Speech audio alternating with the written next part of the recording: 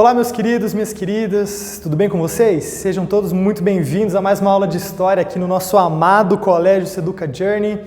Nós vamos continuar aí a nossa viagem pela história da humanidade, nessa passagem da Idade Média para a Idade Moderna, abordando um assunto muito rico, mas também muito complexo, com muita informação importante, um assunto que inclusive muitos de vocês já haviam me feito perguntas sobre eles, e agora a gente vai finalmente trabalhar esse assunto, que é o assunto das reformas religiosas, tá? E quando a gente está falando de reforma religiosa, nós estamos falando de dois movimentos singulares, mas que juntos eles formam esse período das reformas religiosas. Primeiro a reforma protestante e depois a contra-reforma católica, que obviamente foi uma reação à reforma protestante, tá? Então esse é o nosso assunto da semana, um assunto bem extenso, bem complexo, tá? Então fique junto comigo aí que a gente vai conseguir entender tudo, se Deus quiser nos abençoar, nos iluminar, a gente vai conseguir entender tudo isso daí, beleza, galera? Bom, uma coisinha só, para a gente relembrar um ponto aqui importante que eu estou tratando já desde o final do primeiro bimestre, que a gente tratou durante essas 3 primeiras semanas que já passaram do segundo bimestre, que é o seguinte, meus queridos.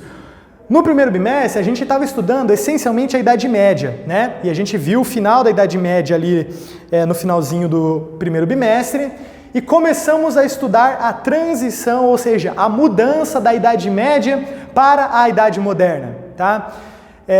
E a gente entendeu, a gente viu que essa mudança da Idade Média para a Idade Moderna, ela foi marcada por alguns fenômenos históricos, algumas coisas que aconteceram principalmente na Europa, mas que obviamente tiveram repercussão no mundo depois, mas algumas coisas que aconteceram na Europa e ou que foram iniciadas por europeus e que marcaram essa passagem da Idade Média para a Idade Moderna. A primeira coisa que a gente viu, né, desses fenômenos que marcou essa passagem foram as grandes navegações, tá? Essa foi a primeira coisa que marcou a passagem da Idade Média para a Idade Moderna. A segunda coisa que marcou essa passagem também, que nós já vimos, foi o Renascimento, a Renascença, o Renascimento artístico e cultural, ali do 14 ao 16. E agora nós vamos ver o terceiro grande fator que marcou essa mudança da Idade Média para a Idade Moderna, que foram as reformas religiosas, tá? Principalmente a reforma protestante, que marcou realmente a época e que deu origem, né, a segmentos, a instituições cristãs que duram até hoje, que influenciou grande parte também do mundo do cristianismo, tá, meus queridos? Então a gente vai entender hoje, né? Finalmente a gente vai entender, nossa professor, qual que é a diferença entre católicos e evangélicos? De onde que surgiram os evangélicos? E será que tem outros tipos de igreja também? Porque isso aqui é uma coisa importante. A gente, na nossa cabeça aqui do Ocidente, e principalmente do continente americano, às vezes a gente acha que o cristianismo é resumido nesses dois polos, né? Catolicismo e protestantismo. Mas na verdade não, né? O cristianismo ele é mais amplo que isso, tá? Então o que a gente vai entender, pessoal? Eu vou tentar contar aqui para vocês de uma maneira direta, tá? O que aconteceu, de onde que surgiram, tá? Então, tu que se identifica como evangélico, por exemplo, tu vai entender de onde que começou a história, né, dessa sua cultura cristã, tá? De onde que surgiram as igrejas evangélicas? Por que tem esse nome? O que foram os protestantes? Por que tem esse nome? Quando que aconteceu isso? Quais foram os protestantes mais importantes lá do começo da Reforma Protestante? E o que aconteceu com a Igreja Católica da época? O que a Igreja Católica fez depois da Reforma Protestante? Então, tudo isso a gente vai entender na aula de hoje, tá? Então, veja bem, é um assunto bem complexo, tá? Mas é um assunto que também, eu já aviso, a gente tem que tratar com muita caridade, muito amor, tá? Tem inclusive uma frase, tá, meus queridos, que eu gostaria de deixar para vocês, gostaria de ter escrito ela aqui no slide, não escrevi porque eu não lembrei disso agora, tá? Mas tem uma frase de um teólogo anglicano do começo da Idade Moderna, o Richard Baxter, tá? Uma frase dele que eu gosto muito, tá? Ele diz mais ou menos o seguinte, nas coisas não essenciais, liberdade, tá? Nas coisas essenciais, unidade. E nas coisas, ou melhor, em todas as coisas, caridade. O que ele quer dizer? Ele quer dizer o seguinte, ó, que o cristianismo tem aquelas coisas principais do cristianismo, que todos nós, todos cristãos, seja de quais igrejas, qual igreja nós somos, nós temos que ser unidos, tá? que são os pontos centrais da nossa fé. As coisas que não são centrais, tá? Não são essenciais, como o Baxter falou, liberdade. Cada igreja, né, trabalha da sua maneira. E aqui, né, na nossa escola nós temos várias igrejas representadas diferentes. Mas em todas as coisas, caridade, ou seja, amor, né? Aquilo que nos une tem que ser maior, e é maior, evidentemente, do que as nossas diferenças, porque aquilo que nos une é a figura de Jesus Cristo, né? A figura central da nossa religião. Tudo bem? Então, vamos trabalhar esse assunto muito importante, como eu falei, para entender essa parte importante da história do mundo, da história do cristianismo, tá? E também, depois, como vocês vão ver no final dessa aula, da história do Brasil também. A história do Brasil tem a ver com essa disputa aqui entre protestantes e católicos, como a gente vai ver. Tudo bem? Vamos lá então, meus queridos. Bom, nesse primeiro ponto aqui, já mencionei para vocês que o protestantismo, a reforma protestante, marca a passagem da Idade Média para a Idade Moderna. Mas esse ponto aqui é muito importante, tá? Preste atenção, que é o seguinte: essa divisão que aconteceu a partir da Reforma Protestante no cristianismo europeu, tá? Não foi a primeira, tá, meus queridos? Isso aqui é uma coisa que a gente tem que entender, porque geralmente, né, por causa de um desconhecimento, muitos acham que até 1517, até começar a Reforma Protestante, o cristianismo ele era unificado, né? Todo mundo de bem um com o outro, só tinha a Igreja Católica, Apostólica Romana, o que não é verdade, tá, meus queridos? Por quê? Já tinha acontecido uma divisão na cristandade. Lembrem-se, cristandade, como vocês já estudaram, é o conjunto de todos os reinos europeus medievais lá e tal. Já tinha acontecido uma divisão no cristianismo, antes da Reforma Protestante. Que divisão foi essa? Foi o chamado Cisma do Oriente, ou Divisão do Oriente, que aconteceu, veja bem, em 1054 d.C., quase 500 anos antes da Reforma Protestante, que foi quando separou o cristianismo em a Igreja Católica Apostólica Romana, cuja sede era a cidade de Roma, e a Igreja Católica Ortodoxa, que era a Igreja Oriental, lá das cidades orientais, tanto da Europa Oriental, mas também quanto da Ásia Menor, tá? Então, o cristianismo, por exemplo, no Oriente Médio, no Egito, que é o cristianismo copta, o cristianismo bizantino, depois, por exemplo, o cristianismo que deu origem à igreja russa, o mundo ortodoxo, pessoal, já tinha se dividido em relação ao mundo católico, tá? Então, uma coisa importante que vocês têm que entender é que quando começou a Reforma Protestante não foi a primeira divisão no cristianismo, tá? Não foi, meus queridos. O cristianismo ele já estava dividido entre esses dois ramos, que era o catolicismo romano, tá? Que predominava na igreja, na Europa ocidental, e a igreja ortodoxa, que era a igreja do Oriente, tá? Lá, inclusive, lá de Jerusalém, tá? Os cristãos que eram de Jerusalém, eles eram ortodoxos, e assim por diante. Tudo bem? Então, essa divisão que a gente vai ver agora, da Reforma Protestante, não foi a primeira divisão da história do cristianismo, tá, meus queridos? Foi só, né, o que pra gente deu mais influência, porque mudou mais o mundo ocidental. Porque no mundo oriental, o que predomina ainda é o cristianismo ortodoxo, tá? É a igreja ortodoxa. Bom, vamos lá, meus queridos. Eu vou contar aqui agora para vocês os antecedentes da Reforma. Algumas coisas que estavam acontecendo no cristianismo europeu, ocidental, antes da Reforma Protestante, que influenciaram o surgimento da Reforma, tá? Então, o que acontece, pessoal? O ponto de partida da Reforma Protestante ali do século XVI foi uma questão religiosa. Se deu por motivos religiosos, ou melhor, teológicos, tá?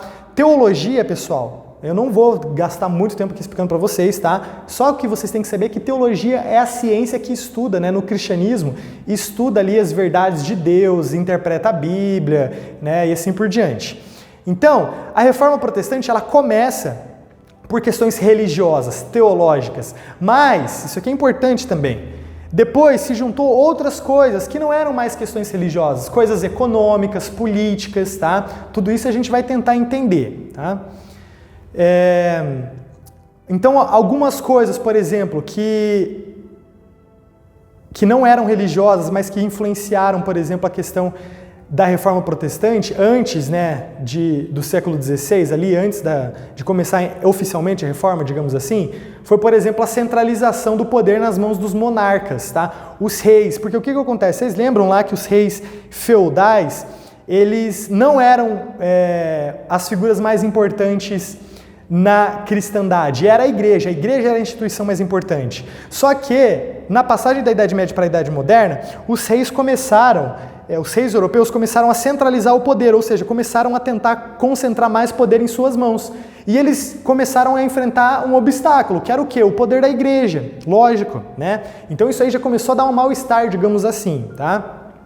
Outra coisa era a questão da cobrança do dízimo, tá? Muitos reis europeus, eles não gostavam que a igreja cobrasse o dízimo como uma forma de imposto, porque eles queriam que o dinheiro do dízimo ficasse na coroa, ficasse nos cofres dos reinos, né? Mas a igreja cobrava legitimamente, né, um preceito do cristianismo, eles cobravam o dízimo e muitos reis não gostavam disso também, tudo bem?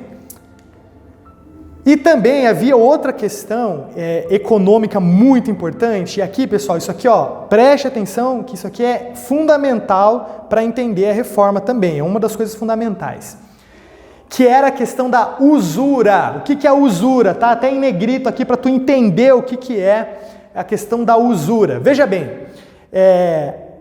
a Igreja Católica, a moral do cristianismo europeu ocidental ali durante a Idade Média, ela falava e ela ensinava que as pessoas elas não podiam ter lucro excessivo, elas não podiam lucrar muito, tá? Ou seja, tu não podia fazer a tua mercadoria e vender pelo preço que tu quisesse, tá? Tinha que ter um limite, porque se tu lucrasse muito, a igreja ensinava que isso era errado, era indevido, tá? Outra coisa que a igreja condenava era cobrar juros de impostos, ou melhor, juros de empréstimo. Se tu emprestasse dinheiro para alguém, tu não podia cobrar esse dinheiro com juros, porque isso, segundo o cristianismo católico europeu da Idade Média, era errado. A igreja da Idade Média falava que era errado, tu não podia cobrar juros, certo? E isso desagradava muita gente, principalmente na classe da burguesia, né? Porque os burgueses é aquele grupo social, como a gente viu, que surgiu e se especializou no comércio, só que daí a moral da igreja falava que eles não podiam ficar lucrando excessivamente, eles não podiam praticar usura, certo? Porque seria uma coisa errada e condenável aos olhos do cristianismo, tá? Isso aí começou a dar um problema econômico. Por quê? Porque grupos sociais, e a gente já viu, por exemplo, os monarcas e também a burguesia, eles queriam lá acumular riquezas, mas a igreja achava que era errado, tá? Porque a igreja defendia uma chamada doutrina do justo preço, que tu só podia cobrar por um produto um preço justo, não podia cobrar além para ter muito lucro. E os burgueses, eles queriam a usura, eles queriam lucro, né? Eles queriam lucrar o máximo possível. E começou a dar problema entre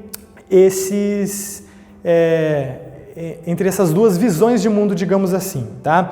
Só que daí o que aconteceu, pessoal? A gente tinha uma distância entre o que a igreja ensinava oficialmente, que era a questão que o lucro era errado, que a usura era errado, que cobrar juros era errado, só que muitos representantes da igreja, muitos membros do clero, padres, bispos e assim por diante, eles não praticavam esses ensinamentos e eles viviam até de maneira contrária muitas vezes, se preocupando mais com as riquezas do que com as coisas espirituais. E isso começou a gerar muita revolta em muitas pessoas, como a gente vai ver, tá? Então aqui só para vocês terem uma ideia, ó, é uma imagem que representa justamente a submissão dos reis à igreja, tá? Porque é um representante da igreja ali, um bispo provavelmente, coroando um rei, né? E os reis não queriam mais isso, eles não queriam mais ficar submetidos ao poder da igreja. Então nós temos, pessoal, além desse ambiente, tá, que eu contei para vocês, os precursores da Reforma Protestante, tá? Ou seja, antes da Reforma Protestante acontecer de fato com Martinho Lutero, como a gente vai ver, outros homens, tá, importantes, perdão, já haviam tentado trazer novas discussões religiosas para a igreja cristã da época, tá? Alguns foram apoiados pela igreja, outros foram perseguidos pela igreja da época. Primeiro a gente teve o caso, por exemplo, de São Francisco de Assis, que é um santo da Igreja Católica até hoje, que ele tentou trazer uma reforma já na época dele, tá? Que foi ali entre o século XII e o século XIII, tá? Então bem antes da reforma. O que o São Francisco ele fez? Ele tem toda a história lá religiosa dele, mas ele é um cara que defendia a pobreza, que a igreja não podia ficar acumulando riqueza e tal, e ele fundou uma ordem religiosa que defendia isso. Tá? Esse já foi um caso, digamos assim, de tentativa de mudança na igreja. Só que houveram outras tentativas de mudança que não foram aceitas pela igreja, como o caso de São Francisco de Assis, como, por exemplo, o John Wycliffe e o John Huss. O que aconteceu? O John Wycliffe, pessoal, que é esse daqui de cima, tá? Que está aparecendo para vocês, ele era um teólogo inglês, certo? Ou seja, ele fazia parte da Igreja Católica na Inglaterra, só que ele criticava algumas coisas na igreja da época. O que ele criticava? Primeiro, ele achava que a igreja da época estava se distanciando das suas origens humildes, digamos assim, porque estava preocupado muito com as coisas econômicas. Ele achava que a igreja estava tendo abusos econômicos, se preocupando muito com a questão do dinheiro, tá? Da riqueza, certo? E ele também defendia, ele queria, pessoal, tá? Ele defendia que a Bíblia tinha que ser traduzida para a língua do povo, para a língua que as pessoas falavam. Como assim, professor? Bom, durante toda a Idade Média, só existia uma versão aceita da Bíblia pela Igreja Católica, que é a Vulgata Latina, ou seja, a Bíblia traduzida para o latim. Só que a maioria das pessoas não falavam latim, meus queridos. O povão mesmo, eles não falavam latim. Eles falavam as suas línguas locais, como o inglês, o francês e assim por diante, tá?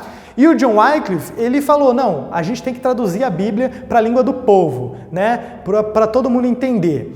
E foi a primeira vez que se iniciou uma tradução da Bíblia para o inglês, com o John Wycliffe, tá? Isso aí, ele enfrentou muita oposição, tá?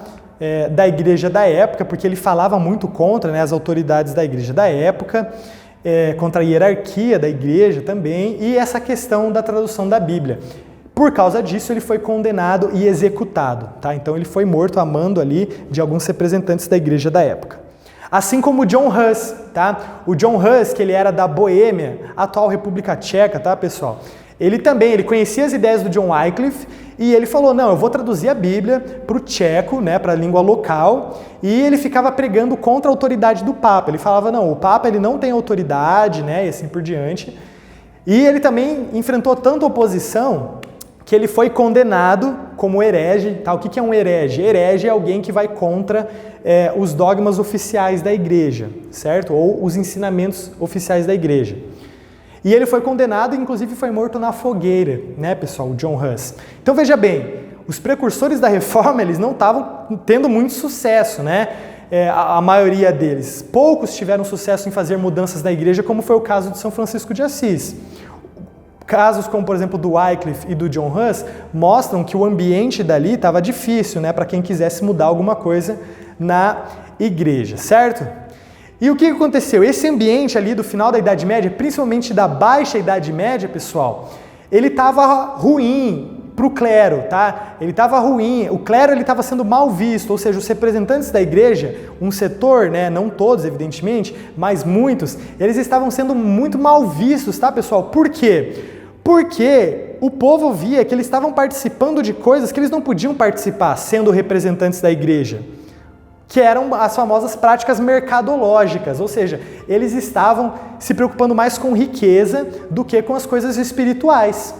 E para piorar, pessoal, tinha membros da igreja no final da Idade Média que eles não só se preocupavam mais com as riquezas, como eles vendiam favores espirituais, tá? Que é a famosa prática da simonia. Simonia é vender favores espirituais. Por exemplo, vender cargos. Ah, tu quer ser bispo aqui da região? Então tu tem que pagar e comprar esse cargo de bispo. E assim por diante, tá? Tem muitos exemplos disso. Inclusive o Papa da época, que a gente já vai ver, da época da Reforma, ele teve o cargo dele comprado pela família dele, que era uma família muito rica da Itália, tá? Então veja bem, A igreja, na doutrina da igreja, ela falava que não podia ter lucro, ela falava que as coisas tinham que ser por um preço justo e tal, mas tinha representantes da igreja que não estavam ligando para os ensinamentos oficiais da igreja e estavam vivendo de maneira totalmente contrária, inclusive fazendo essas práticas que geravam muita revolta,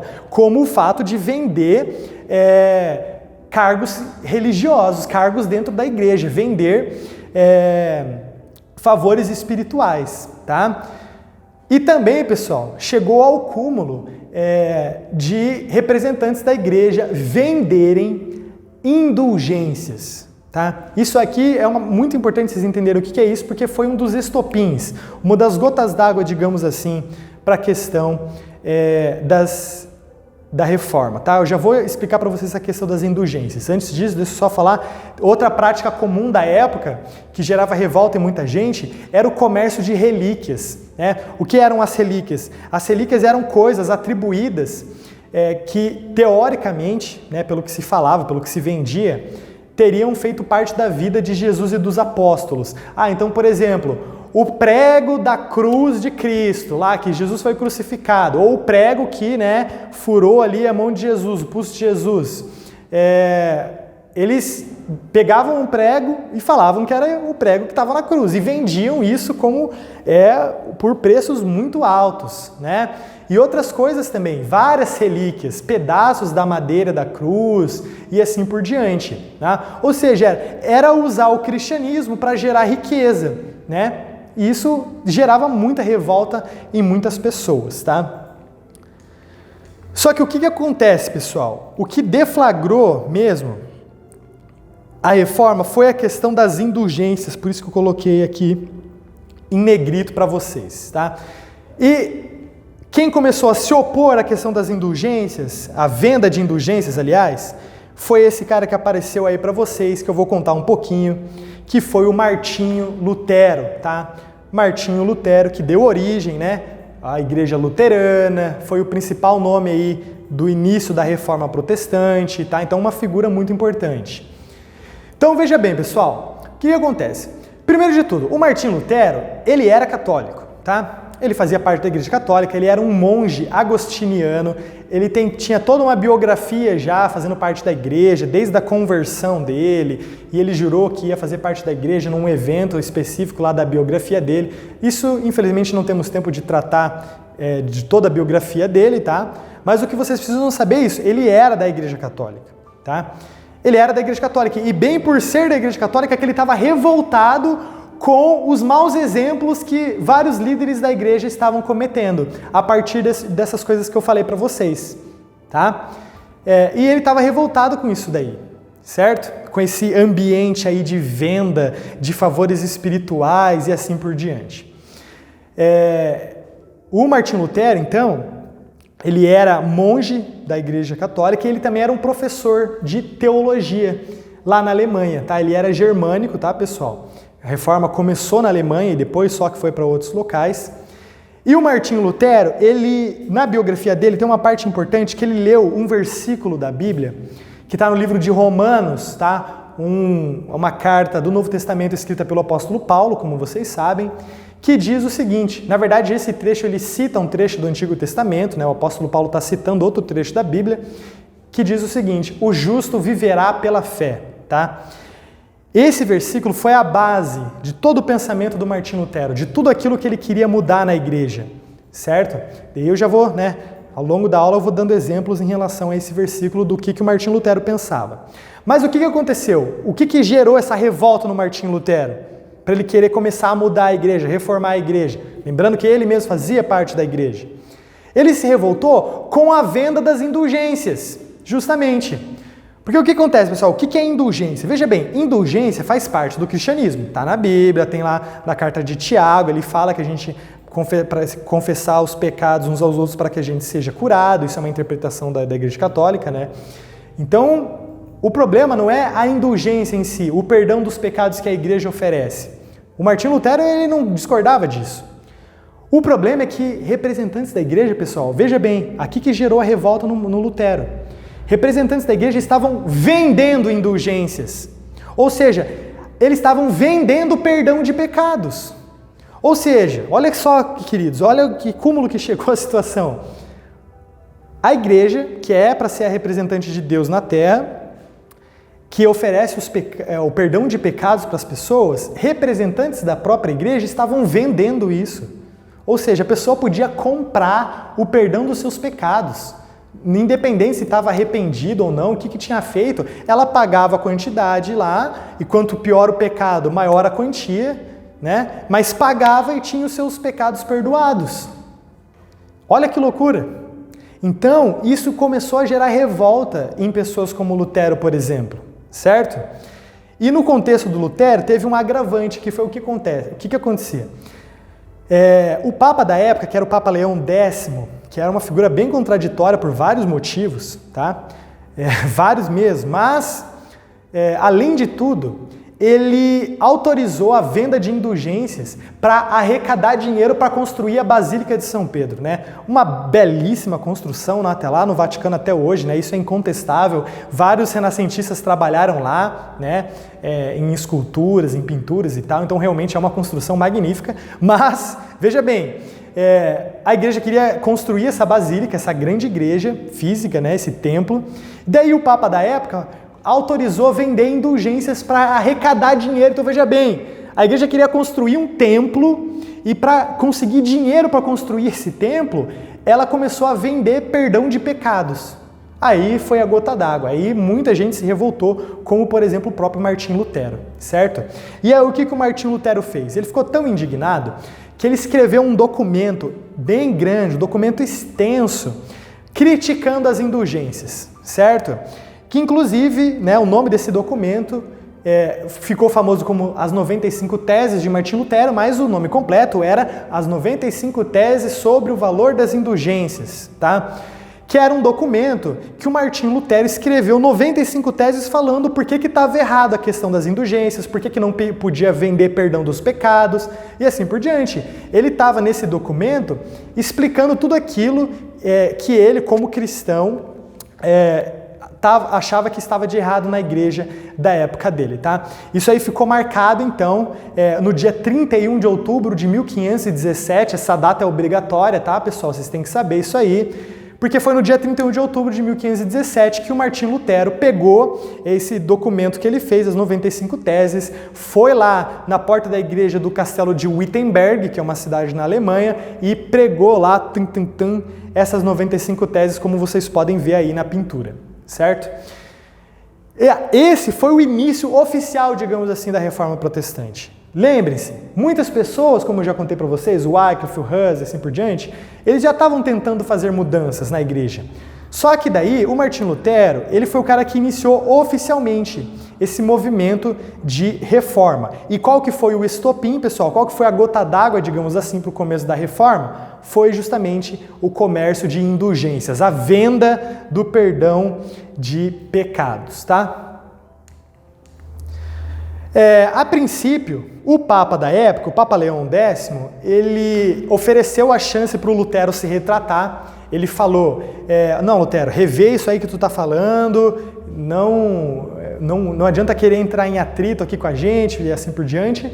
Só que o Lutero, ele se recusou. Ele falou, não, o que eu estou defendendo aqui é verdadeiro, né? Tanto que tem uma frase famosa, né, atribuída ao Lutero, que ele diz o seguinte, a paz, se possível, a verdade a qualquer custo, né? Então, na cabeça do Lutero, que na cabeça dele ele estava defendendo o lado correto, né, da questão, ele não estava nem aí. O Papa podia mandar ele se retratar, podia ameaçar ele, podia fazer o que for. Ele tinha um exemplo do que tinha acontecido com Hus, por exemplo, que tinha sido morto na fogueira, mas para ele, ele não estava nem aí. Ele achava que ele estava defendendo o lado certo da história, então ele não se retratou.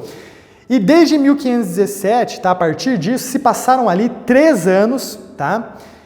Dessa briga entre o Lutero, ainda fazendo parte da Igreja Católica, ele ainda era da Igreja Católica, só que ele estava questionando essas questões. Uma briga, então, entre Lutero e os representantes da Igreja, entre o Papa, e aí sim, em 1520, o Papa Leão X, ele escreve um documento chamado Exsurge Domini, em 1520, no qual ele excomunga o Lutero. O que é excomungar? Vocês já ouviram falar disso, eu já falei sobre isso para vocês em outras ocasiões. Mas, para quem não lembra, excomungar é expulsar da igreja. A pessoa não faz parte mais oficialmente da Igreja Católica, certo? E o Papa Leão X, ele ofereceu a chance para o Lutero se retratar, mas o Lutero acreditava que estava defendendo ali o lado certo, porque realmente, vender indulgências e tal não era correto. E então o Lutero se recusou a se retratar e foi excomungado, ou seja, foi expulso da igreja, certo? Então veja bem, pessoal, primeira coisa aqui, importante. A princípio, o Martinho Lutero ele não queria criar outra igreja. Ele não queria criar uma nova instituição. Ele queria reformar, ou seja, ele queria consertar dentro da Igreja Católica aqueles pontos que ele julgava estar errado, como a venda de indulgências, por exemplo, tá? 3 anos depois lá que ele começou a reforma, é que ele foi expulso oficialmente da igreja. E aí sim que ele iniciou a igreja que ficou conhecida como Igreja Luterana, tá? Que é a igreja que ele era o líder ali, digamos assim, tá? E pior, o Lutero, que tinha um gênio muito forte, digamos assim, uma personalidade forte, para ironizar o que o Papa tinha feito, o Papa, Papa, você me excomungou, me expulsou da igreja, beleza. Ele pegou o documento lá, uma cópia da Exsurge Domini, que era o documento de excomunhão dele, que o Papa tinha feito, e ele queimou esse documento publicamente numa praça, com um monte de gente assistindo. Ou seja, ali ele estava falando mesmo que ele já não tinha mais nada a ver com a igreja católica da época, então ali já tinha acontecido uma separação mesmo do Martinho Lutero em relação à igreja, certo? Bom, pessoal, como vocês puderam entender, o motivo inicial da revolta de Lutero foi um motivo religioso, a venda das indulgências. Como assim? Vender perdão de pecado? Isso aí é errado. Isso é um pecado, tá? Só que se fosse só por aí, a gente entenderia o valor religioso e tal, beleza. Só que daí o que aconteceu? Algumas pessoas, alguns príncipes germânicos, se aproveitaram disso, desse movimento que o Martinho Lutero começou, tentaram se aproveitar disso politicamente. Por isso que eu falo, meus queridos, não sejam ingênuos, tá? A gente tem que entender esse lado da história também. Não é só coisa religiosa, que todo mundo está movido por uma piedade, que quer resolver melhor as questões da fé. Tem as questões políticas também. Lembram das cruzadas lá? Foi um exemplo. Surgiu como uma motivação religiosa de reconquistar a Terra Santa, mas depois surgiu a motivação de rotas comerciais e blá blá blá. A reforma foi a mesma coisa. Começou por causa da crítica às indulgências, só que depois outros fatores políticos e econômicos surgiram, que eu vou explicar para vocês agora, tá? Ou melhor, antes de explicar isso, os fatores políticos, eu vou fazer um resumo aqui do pensamento do Martinho Lutero, tá? Que é o pensamento de origem da Reforma Protestante e que foi origem da maior parte, tá? De pontos principais da maioria das igrejas evangélicas, tá? As igrejas evangélicas são essas igrejas que vieram depois da Reforma Protestante, tá? Esses pontos aqui, pessoal, obrigatórios, tá? Cai na prova aqui os principais pontos do pensamento ou da doutrina do Martinho Lutero, certo? Primeiro ponto, pessoal, a salvação apenas pela fé, tá? Lembra que eu falei do versículo lá que ele gostava muito lá do livro de Romanos, o justo viverá pela fé? O Martinho Lutero, ele discordava de uma interpretação da Igreja Católica que falava que a fé da pessoa, ou melhor, que a salvação da pessoa, ela vinha a partir da fé dela em Jesus Cristo e também a partir das obras, ou seja, das boas ações, tá? Porque na doutrina católica, para você ser salvo, ou seja, para você ir para o céu, tu precisa ter fé em Jesus Cristo como Senhor e Salvador e precisa praticar boas obras, fazer boas ações, certo? As duas coisas juntas podem te levar para o céu. O Martinho Lutero, ele discordava disso, ele falava, não, cara, não adianta fazer boas ações, tá? Isso aí não leva ninguém para o céu, apenas a fé, só a fé pode salvar alguém, só a fé de Jesus Cristo, a fé da pessoa em Jesus Cristo pode salvar alguém da condenação, tá? Ou seja, Martinho Lutero defendia a salvação pela fé, ao contrário, diferente do catolicismo romano, que defendia a salvação da fé mais as obras, tudo bem? Ele também defendia o livre exame da Sagrada Escritura, né? Ou seja, ele defendia que todo mundo podia ler e interpretar a Bíblia, certo?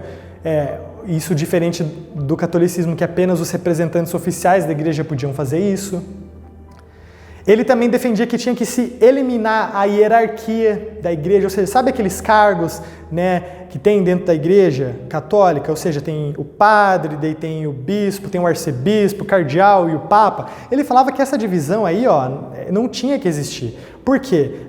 Para ele interpretava o Novo Testamento e o cristianismo dizendo que, na verdade, todo mundo, o homem era o seu próprio sacerdote, ele falava, tá? Ou seja, não precisa lá do bispo, do padre, assim por diante, porque cada um é o seu próprio sacerdote. Outra coisa que ele fez, e isso aqui influenciou muito, tá? A maioria das igrejas evangélicas, se não todas, mesmo que tu não seja luterano, a tua igreja provavelmente herdou isso do Lutero, que foi a questão dos sacramentos, tá? Porque o que acontece, pessoal? O que eram sacramentos? Sacramentos eram as coisas obrigatórias ali que o cristão tinha que fazer, ou da vida do cristianismo, certo? Os pontos principais da fé. A Igreja Católica tem 7 sacramentos, tá? Então tem extrema-unção, tem ordenação, tem crisma, tá?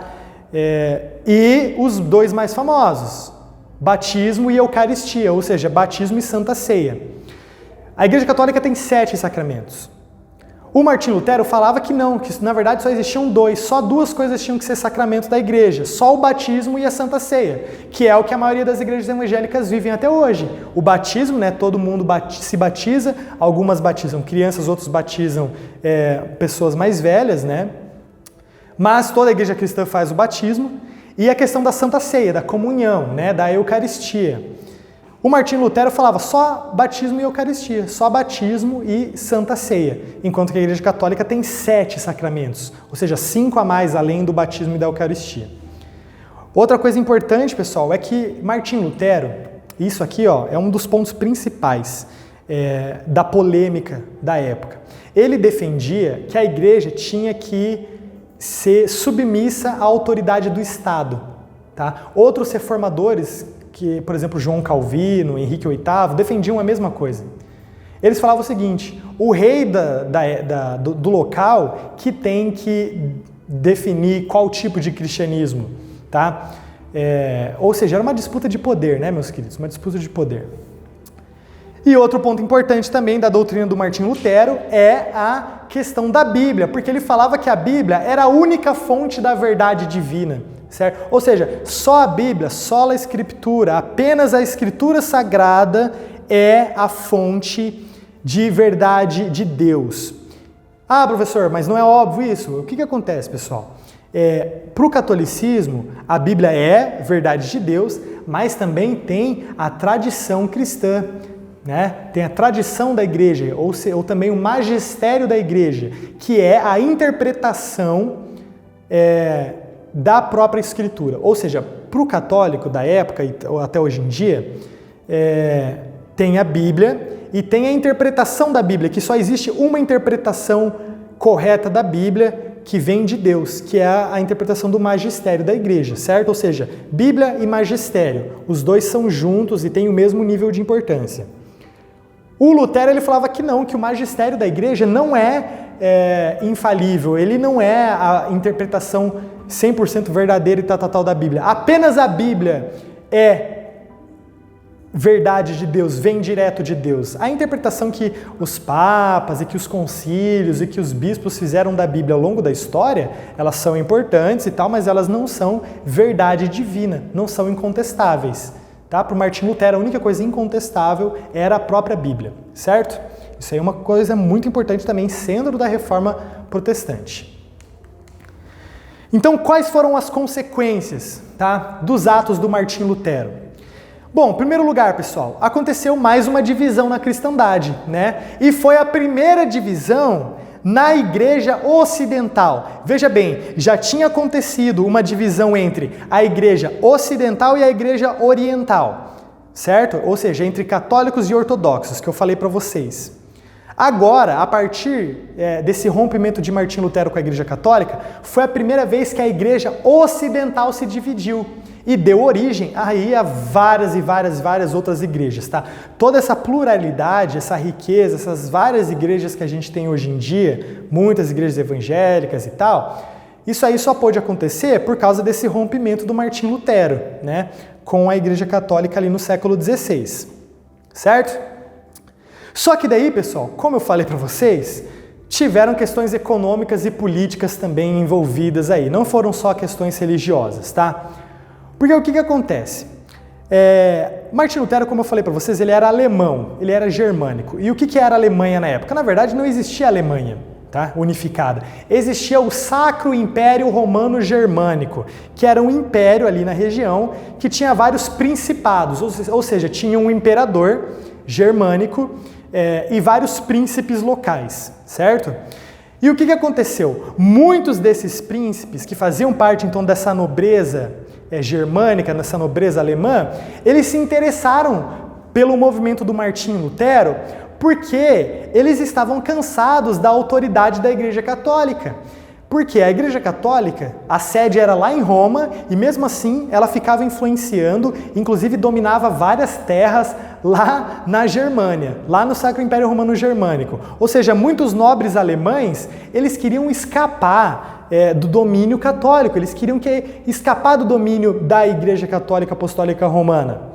Daí eles viram lá o Martim Lutero, que era lá um teólogo, um monge que estava brigando com a igreja, que tinha sido expulso da igreja por questões teológicas, e essa nobreza alemã, ela quis se aproveitar disso como uma oportunidade de escapar também da influência e da dominação da igreja, certo? Ou seja, tinha um interesse político, né, na nobreza alemã. Os nobres alemães, eles não aderiram à reforma protestante pela questão religiosa, porque realmente, né, a igreja está cometendo alguns abusos e tal. Não, eles queriam escapar da dominação da Igreja Católica, certo? A questão religiosa ficou muito mais para o povo, tá, pessoal? O povo que era piedoso, tá? O povo camponês, o trabalhador que era aquele cristão devoto, esse sim aderiu muito mais à reforma protestante pelos motivos religiosos, certo? Daí o que aconteceu? Lá na Alemanha de Lutero começou uma treta, meus queridos, começou uma briga entre o imperador do Sacro Império Romano Germânico, que era o imperador Carlos V, e os príncipes alemães, tá? A nobreza alemã. Por quê? O imperador Carlos V, ele era defensor da Igreja Católica, ele era católico, e ele estava contra o Martim Lutero, contra a Reforma Protestante, certo? Daí o que ele fez? Ele convocou uma assembleia, uma reunião em Worms, tá? Que ficou conhecido como Dieta de Worms ou Debate de Worms, no qual ele chamou o Martim Lutero em 1521, e estava lá ele, o Martim Lutero e os nobres alemães, e ele falou o seguinte: ó, Lutero, se retrata aí, cara, não adianta, não é para tu ficar brigado com a igreja. Eles pediram, né, o Carlos V, o imperador, ele pediu para o Martim Lutero desmentir tudo aquilo que ele tinha falado, certo? Obviamente o Martim Lutero não aceitou, né? Só que daí o que aconteceu? Muitos príncipes que estavam lá, como eu contei para vocês, eles apoiaram Martim Lutero, porque eles queriam justamente escapar, queriam ter mais autonomia, queriam escapar do domínio da igreja. Daí ficou essa treta, né, entre, de um lado, o imperador Carlos V e a Igreja Católica, e do outro lado, vários príncipes germânicos e o Martim Lutero. Olha só, imagina, né, a situação. Inclusive, deu uma grande guerra civil no Sacro Império Romano Germânico por causa disso. Martim Lutero, daí o que o Carlos V fez? Ele exilou Martim Lutero, ele falou: tu tem que ir para outro lugar, expulsou ele do Império Romano Germânico. Só que daí o Martim Lutero, ele ganhou a proteção de um desses príncipes que eu falei para vocês, que era o Frederico II da Saxônia. Ele era um príncipe simpatizante das ideias do Martim Lutero, tá? E ele acolheu o Martim Lutero, colocou o Martim Lutero em um dos seus castelos, protegido, e ficou lá. O Martim Lutero ficou lá. Inclusive, nessa época que o Martim Lutero ficou meio que em prisão domiciliar ali, refugiado no castelo do Frederico II da Saxônia, foi a época que ele fez a primeira tradução da Bíblia para o alemão, né? Lembrem-se lá que um dos princípios do Lutero era que todo mundo tinha que ter o direito de ler a Bíblia e examinar a Bíblia, certo? Só que como que o povo ia fazer isso se a maioria do povo não lia em latim, não conhecia latim? Daí ele foi lá e traduziu a Bíblia para o alemão, certo? Inclusive essa Bíblia foi publicada e espalhada lá usando a imprensa de Gutenberg, lá que eu falei para vocês, a imprensa do Johannes Gutenberg. Bom, então estava essa briga, essa divisão, e o Carlos V, ele tinha medo de que as ideias do Martinho Lutero se espalhassem, né, para vários outros territórios. Então ele falou o seguinte, eu vou aceitar os príncipes que se converteram para o protestantismo, tá? Ou melhor, que os príncipes estão do lado do Lutero, eles podem seguir o Lutero. Mas não pode ter mais nenhuma outra região nova a aderir ao protestantismo, às ideias de Lutero. Ou seja, o que ele estava falando? Vocês aí que já estão seguindo Lutero, beleza, mas eu não vou permitir que mais nenhum siga. Daí, lógico, os príncipes ficaram revoltados, né, porque eles queriam que todo mundo tivesse a oportunidade de escolher ou o catolicismo ou as doutrinas de Lutero. E aí eles fizeram uma carta que eles protestavam contra essa decisão do Carlos V, certo? E aí eles ficaram conhecidos como os príncipes protestantes, daí que vem o nome Reforma Protestante, porque eles estavam protestando pelo direito de escolher a qual lado do cristianismo eles iam ficar. Se eles iam ficar do lado do cristianismo católico romano ou do cristianismo luterano, tá? A partir das doutrinas do Martinho Lutero, certo? Por isso que ficou conhecido como Reforma Protestante, porque eles estavam protestando pelo direito de escolher, eles estavam protestando pela liberdade religiosa deles, certo? E aí começou uma guerra civil, tá? Entre os príncipes protestantes e o imperador do Sacro Império Romano Germânico. Essa guerra civil durou bastante tempo, foi só em 1555, tá? Mais de 20 anos depois, aí, quase 30 anos depois, de guerra, que na chamada Paz de Augsburgo, o Carlos V falou, beleza, né? Todo mundo pode escolher. Cada príncipe que escolha aí se vai ser católico ou se vai ser protestante, certo? Então veja bem, né? Olha como que começa ali por um sentido religioso e dá toda uma briga, né, política, né, e tal, como foi o caso aqui dos príncipes protestantes, certo?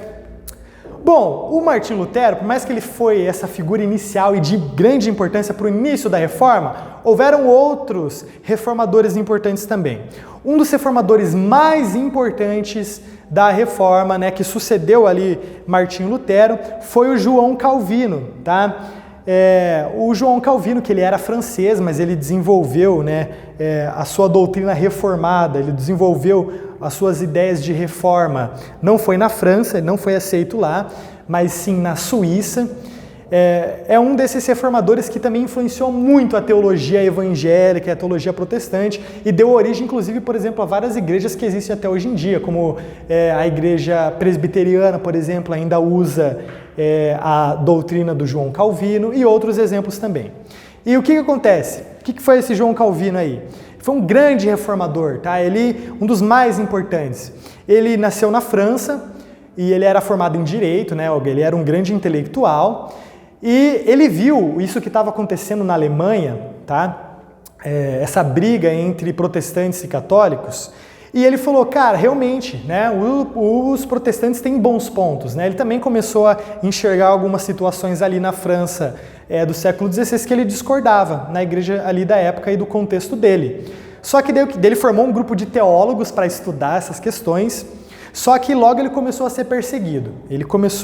Foi proibido, né, de pregar suas ideias na França, daí ele fugiu para Genebra, na Suíça. Por que ele foi para lá? Porque a Suíça já era uma localidade que estava aderindo, ou seja, que já estava sendo influenciada pela reforma protestante, a partir de outro reformador, que infelizmente a gente não vai ter tempo de ver a biografia dele aqui, que foi o Ulrico Zwinglio, tá? Mas vocês podem pesquisar aí na casa de vocês. Então, a Suíça já estava, meus queridos, influenciada, já estava vivendo um pouco o protestantismo, a reforma, certo? Daí o João Calvino foi para lá e ele começou a estudar, começou a a liderar a igreja ali, e ele escreveu uma grande obra chamada As Instituições da Religião Cristã, ou seja, as famosas Institutas, né, uma coleção de livros, na verdade, que ele explicava tintim por tintim tudo aquilo que ele achava ser correto, de como se viver corretamente o cristianismo, certo? Criticando muitas coisas da Igreja Católica da época dele, tá? Óbvio, como inclusive o que Martinho Lutero já estava criticando, que era a questão das indulgências, certo? O João Calvino ele também ficou conhecido porque ele defendia de maneira radical um princípio teológico, tá, meus queridos? E veja bem, isso aqui é muito complexo, tá? Os adultos, os teólogos, os filósofos estão discutindo isso desde aquela época até agora, então a gente não vai discutir isso aqui, eu só vou mencionar para vocês, tá? Que é a questão da predestinação, tá? Que é um debate do cristianismo aí que fala: por que será que nós somos salvos? Será que nós somos salvos porque Deus escolheu a gente? Né? Será que Deus que fez eu aceitar Jesus Cristo? Esse é um grande debate teológico. E o João Calvino, ele defendia isso bastante, essa questão da predestinação, tá? Baseado nas ideias de um santo da igreja muito lá antigo, do começo da Idade Média, que era o Santo Agostinho. Então João Calvino foi outro reformador, além de Lutero. E também o Henrique VIII, pessoal. Esse aqui é uma figurinha polêmica aqui da história da Reforma. Por quê? Esse cara, sim, veja bem, o Martinho Lutero e o João Calvino, eles eram cristãos devotos que estavam preocupados com o cristianismo. Eles queriam reformar a igreja porque eles eram cristãos que estavam preocupados ali com as questões espirituais. O Henrique VIII foi um reformador que, na verdade, ele só estava preocupado com questões políticas. Olha que loucura. O Henrique VIII, ele era rei da Inglaterra, certo?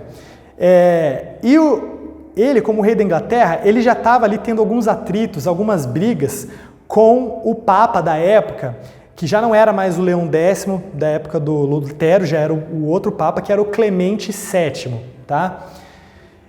E eles estavam brigando por quê? Porque a igreja, como vocês já sabem, ela tinha muito poder, inclusive na Inglaterra, e ela dominava muitas terras na Inglaterra, certo? E o Henrique VIII não gostava disso. Ele não queria que a igreja romana, a igreja de Roma, ficasse dominando o território inglês, tá? E aí, para piorar, o que acontece? Ele era casado, o rei Henrique VIII, ele era casado com uma princesa espanhola, a Catarina de Aragão, tá? Só que a Catarina de Aragão não tinha conseguido engravidar de um menino. Ela não conseguiu dar um sucessor masculino para o Henrique VIII. E aí ele queria se divorciar da Catarina de Aragão, porque ele queria casar com outra mulher que conseguisse dar filhos homens para ele, né? Nem ocorria, ele não tinha o conhecimento, na época, que o problema podia ser ele, que ele era o fator determinante genético ali para não conseguir ter filhos homens, mas ele achava que a errada era a tadinha da Catarina de Aragão. Daí o que ele fez? Só que ele queria se divorciar da Catarina de Aragão e casar com outra mulher. E ele também tinha várias amantes e tal, não era muito flor que se cheire, não. Só que daí o que aconteceu? Para o catolicismo, meus queridos, não existe divórcio. O divórcio é errado, a igreja não permitia. E o Papa da época falou: não, Henrique, tu não vai se divorciar. Não, é proibido pelo cristianismo e as normas da igreja não permitem. E daí o que o Henrique VIII fez?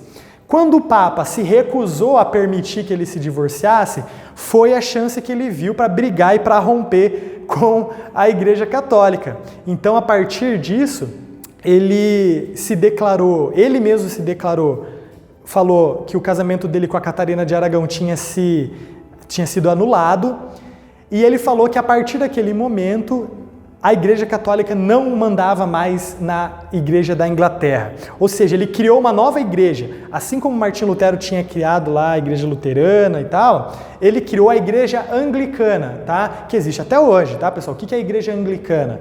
É anglicana porque vem de Anglos, que é inglesa, a Igreja inglesa. Então, olha só que loucura. A Igreja Anglicana, ou seja, uma dessas igrejas que rompeu com a Igreja Católica, veja bem, Lutero e Calvino, eles romperam com a Igreja Católica por motivos teológicos. O Henrique VIII foi por motivos políticos. Ele queria se divorciar. E outra, tem um agravante. Ele queria dominar todas aquelas terras que a Igreja Católica tinha na Inglaterra, o Henrique queria pegar para ele como rei. Então ele rompeu com a Igreja Católica e criou a Igreja Anglicana, certo? Então veja bem, pessoal, não foram todos os reformadores que tinham ideias piedosas e ideias religiosas, como por exemplo o caso do Henrique VIII, que ele se separou da Igreja só por questões políticas, tá? E, ele se separou da Catarina de Aragão, depois teve casos e casou com outras mulheres, Ana Bolena e tal, que deu uma filha para ele e depois ele matou ela. Cara, é uma treta gigantesca. O cara realmente não estava nem aí para as questões religiosas. Ele eram questões de governo, questões políticas, certo? Bom, pessoal, esses foram os pontos principais da Reforma. E o que a Igreja Católica fez, então, nessa época? Ela estava vendo tudo isso, né? O Papa Leão X lá excomungou Lutero e assim por diante, blá blá blá. Mas quais foram os passos dados pela Igreja Católica para lidar com essa situação da Reforma Protestante? Veja bem, meus queridos, tudo isso que a Igreja fez a partir da Reforma Protestante, a Igreja Católica no caso, né? Porque agora a gente já tinha outras igrejas. A Igreja Católica, ela iniciou um movimento de contra-reforma, ou seja, Lutero iniciou a Reforma Protestante em 1517 e a Igreja Católica, com o Papa Paulo III, ele iniciou o movimento da contra-reforma, ou seja, para tentar... O que era o movimento da contra-reforma? Era a Igreja Católica tentando barrar o avanço do protestantismo, porque o protestantismo estava crescendo, né, pessoal? Então, o movimento da contra-reforma foi esse movimento da Igreja Católica que veio para tentar limitar o crescimento do protestantismo, para impedir que as ideias do Martinho Lutero se espalhassem, tá, pela Europa, que já estava acontecendo, certo?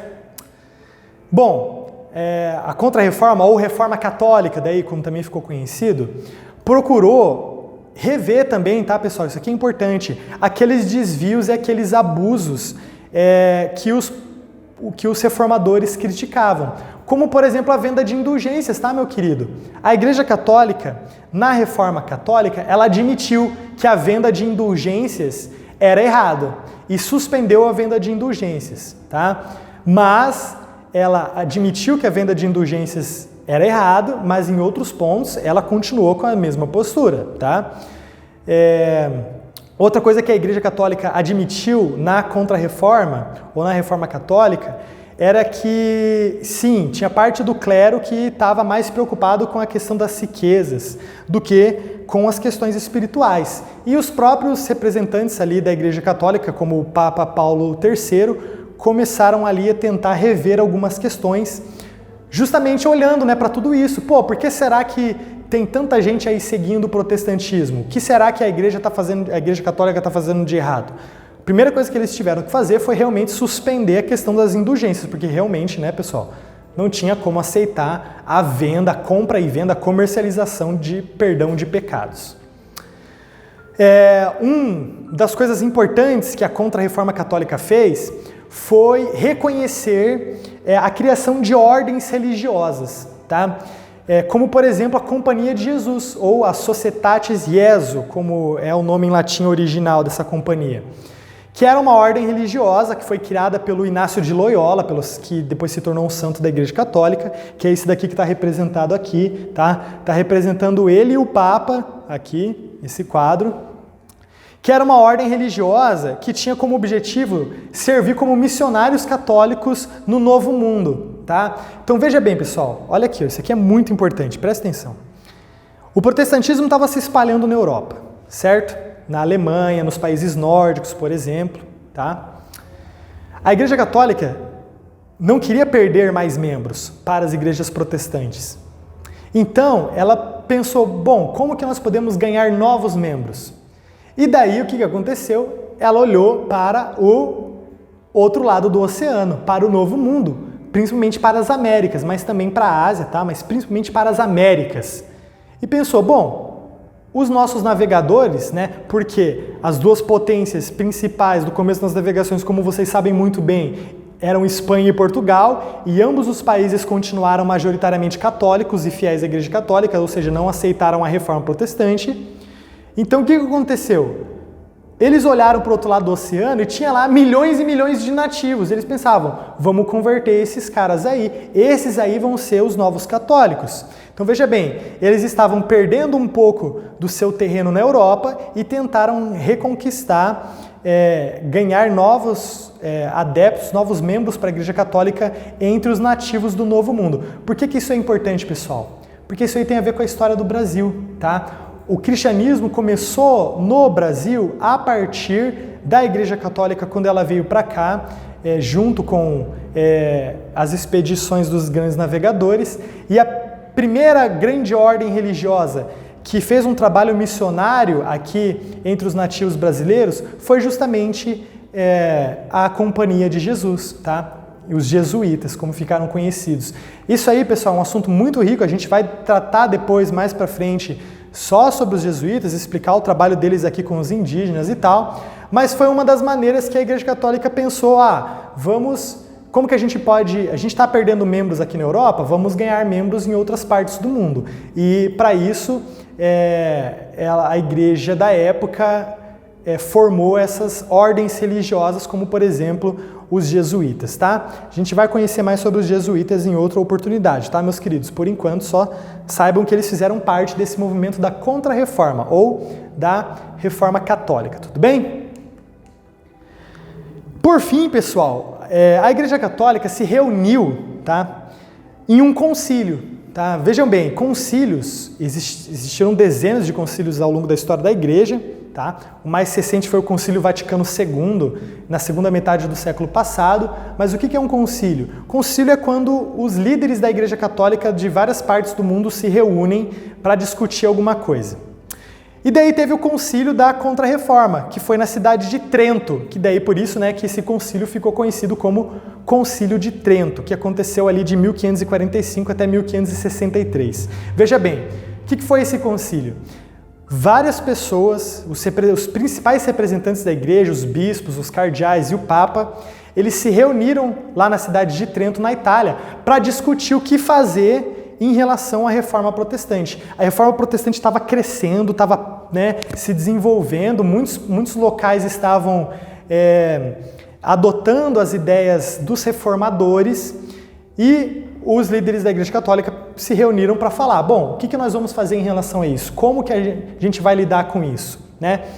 E começaram eles se reuniram para começar a discutir esses temas importantes da época da Reforma, tá?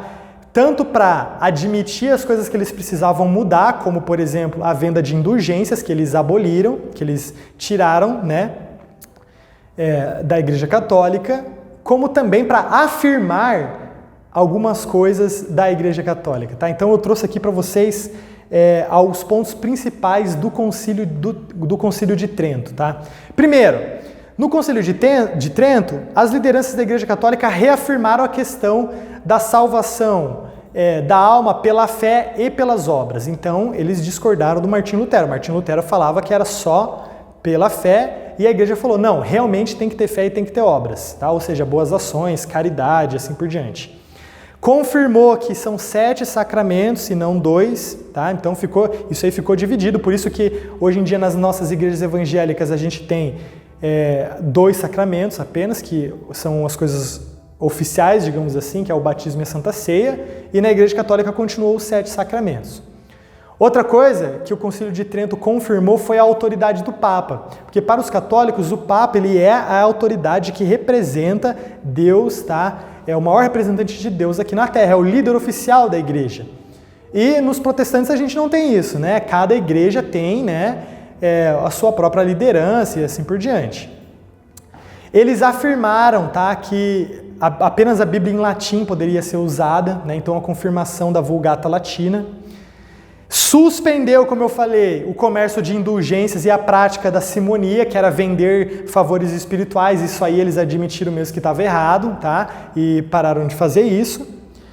Outra coisa, eles afirmaram o celibato clerical, ou seja, tinha muitos padres da época que eles davam mau exemplo porque eles eram padres, eles eram representantes da igreja, não só padres como bispos e assim por diante, mas eles tinham relação com mulheres, tinham filhos, sem poder ter filhos, porque eles eram sacerdotes, enfim, muitos viviam nessa situação.